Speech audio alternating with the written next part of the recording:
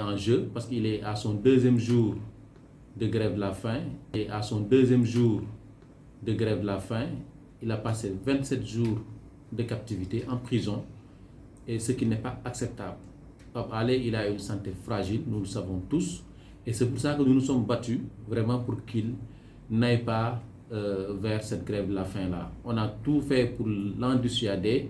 Et je pense qu'il y a même 10 jours, voire 2 semaines, on lui avait dit non, il n'est pas question que tu fasses une grève de la faim, et on avait pu quand même le convaincre. Maintenant, c'est irrévocable, il a commencé et il va aller jusqu'au bout. Nous connaissons bien Pape Alé Niang et il ne va pas s'en arrêter là. Et s'il continue, ça risque d'être grave.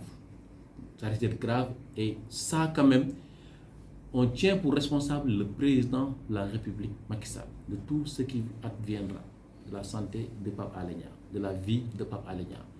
Et plus grave même maintenant, en fait,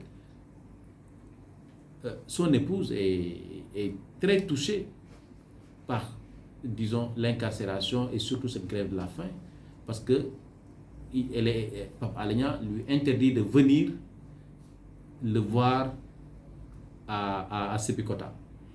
Et il ne veut plus du tout qu'on lui amène à manger ni à boire. Donc là, ça devient très compliqué. L'autre chose également aussi, sa maman, qui est une dame très âgée et aussi qui a des rendez-vous médicaux à honorer, presque ne peut plus. Elle est tellement angoissée que Pape Alé Niang est obligé de l'appeler chaque jour, le matin au réveil et le soir avant également d'aller au lit. Et donc vous savez donc que ça devient préoccupant. Donc nous, en fait, depuis le début de cette affaire-là, nous avons quand même respecté tout ce que nos aînés nous ont dit. Nous avions commencé en tout cas notre plan d'action en trombe. On nous avait demandé de laisser un temps de médiation. On l'a fait, et malheureusement, il n'y a pas eu de fruits, il n'y a pas eu en tout cas d'effet escompté. Nous sommes face à un mur qui est là et qui ne veut rien entendre du tout, et qui cherche à faire plier Pape Alé, et qui cherche à vraiment à broyer Pape Alé. Et donc ce que nous n'accepterons pas. Et Pape Alé est en prison. Nous tous aujourd'hui, nous sommes prêts à le retrouver en prison, et nous ferons ce qu'il faut pour les fruits. Il n'y a pas eu en tout cas d'effet escompté. Nous sommes face à un mur qui est là et qui ne veut rien entendre du tout, et qui cherche à faire plier Pape Alé, et qui cherche à vraiment à broyer Pape Alé. Et donc ce que nous n'accepterons pas. Et Pape Alé est en prison. Nous tous aujourd'hui, nous sommes prêts à le retrouver en prison, et nous ferons ce qu'il faut pour le libérer.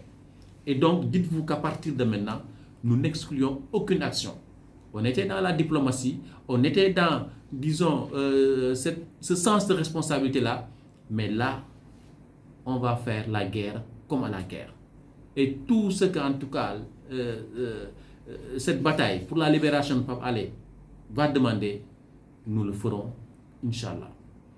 Et je vous dis qu'en tout cas, la semaine prochaine, à partir de lundi, nous allons démarrer les rencontres avec les chancelleries, c'est-à-dire les représentations diplomatiques, mais également aussi, on va commencer à rencontrer les autorités religieuses et coutumières, mais surtout, il y aura des actions. Il y aura vraiment des actions. Nous ne vous dirons pas la nature de ces actions-là, mais au moment opportun, vous serez convoqués et vous verrez que nous n'allons plus rester les bras croisés, et nous ferons le nécessaire pour libérer Pape Alé Niang. Parce que, en réalité, ces gens d'en face ne connaissent que le langage de force, et nous l'utiliserons. Vaille que vaille, et quoi que ça puisse nous coûter, s'ils veulent, ils n'ont qu'à nous mettre tous en prison, ou nous assassiner, ou nous faire ce qu'ils veulent, mais en tout cas, Pape Alé sera libéré. On est prêt à payer le prix fort pour ça. Que ce soit très clair. C'est président. Voilà. Maintenant aussi, dans cette bataille-là, on n'est pas seul. Vous avez vu la présence de Christophe Deloire, secrétaire général de Reporters sans frontières. Et CPJ, depuis le premier, a relégué le Sénégal dans la liste des pays où les journalistes sont en danger ou des pays où des journalistes sont malmenés. Et il y a également aussi Media Foundation qui